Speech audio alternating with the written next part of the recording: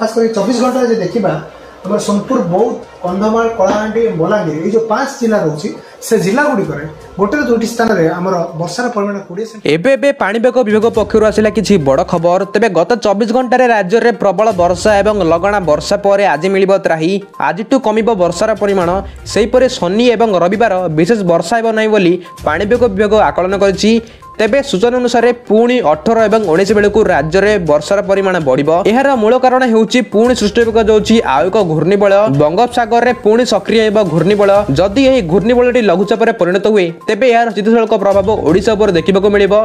तेबे पुणी थरे ओडिशा देखिबाको जाउची बड्ड वर्षा एवं एहाकू नै पाणीपाग विभाग तरफ कोन रहिची बड़ खबरटी चलंतु नजर पकाइबा। संपूर्ण अपडेटटी कोन रहिची तागुर आपण माने वीडियो को गोटे लाइक करजंतु एवं चैनल को सब्सक्राइब करी आपण माने कर केउ जिला कमेंट मध्ये करिनंतु। तेबे सूचना अनुसार आसंता सप्ताह रे पूर्व केंद्रीय बंगोपसागर रे पुणी एक घूर्णिबल सृष्टि होबार संभावना रहिची। एहा उत्तर बंगोपसागर रा पश्चिम उत्तर पश्चिम आडकू गति करे बोली आईएमडी पक्षरु आकलन करा जायछि। पाणीपाग विभाग सूचना अनुसार सेप्टेम्बर 15 रु 21 मध्य एक घूर्णिबल सृष्टि होबार संभावना रहिछि। सेप्टेम्बर 22 रु 28 मध्य पश्चिम उत्तर पश्चिम दिगकू गति करे बोली पूर्वानुमान करा जाउछि। पाणीपाग विभाग पक्षरु शुक्रवार जारी करा जातिबा सकाळ बुलेटिन अनुसार उत्तर छत्तीसगढ़ एवं निकटवर्ती अंचल रे जारी सदृश लघुचाप क्षेत्र आसंता 24 घंटा मध्य यह मध्य प्रदेश दे गति करिबो।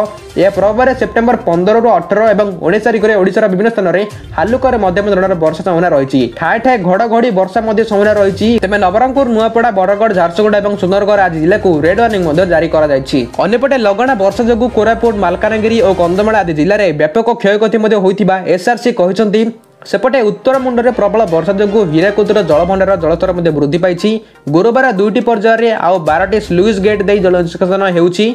पूर्व बुधवार जहाँकि 2टी स्लुइस गेट खोल जाइतिला। वर्तमान मोट 14टी गेट दे जल निष्कासन होउछि।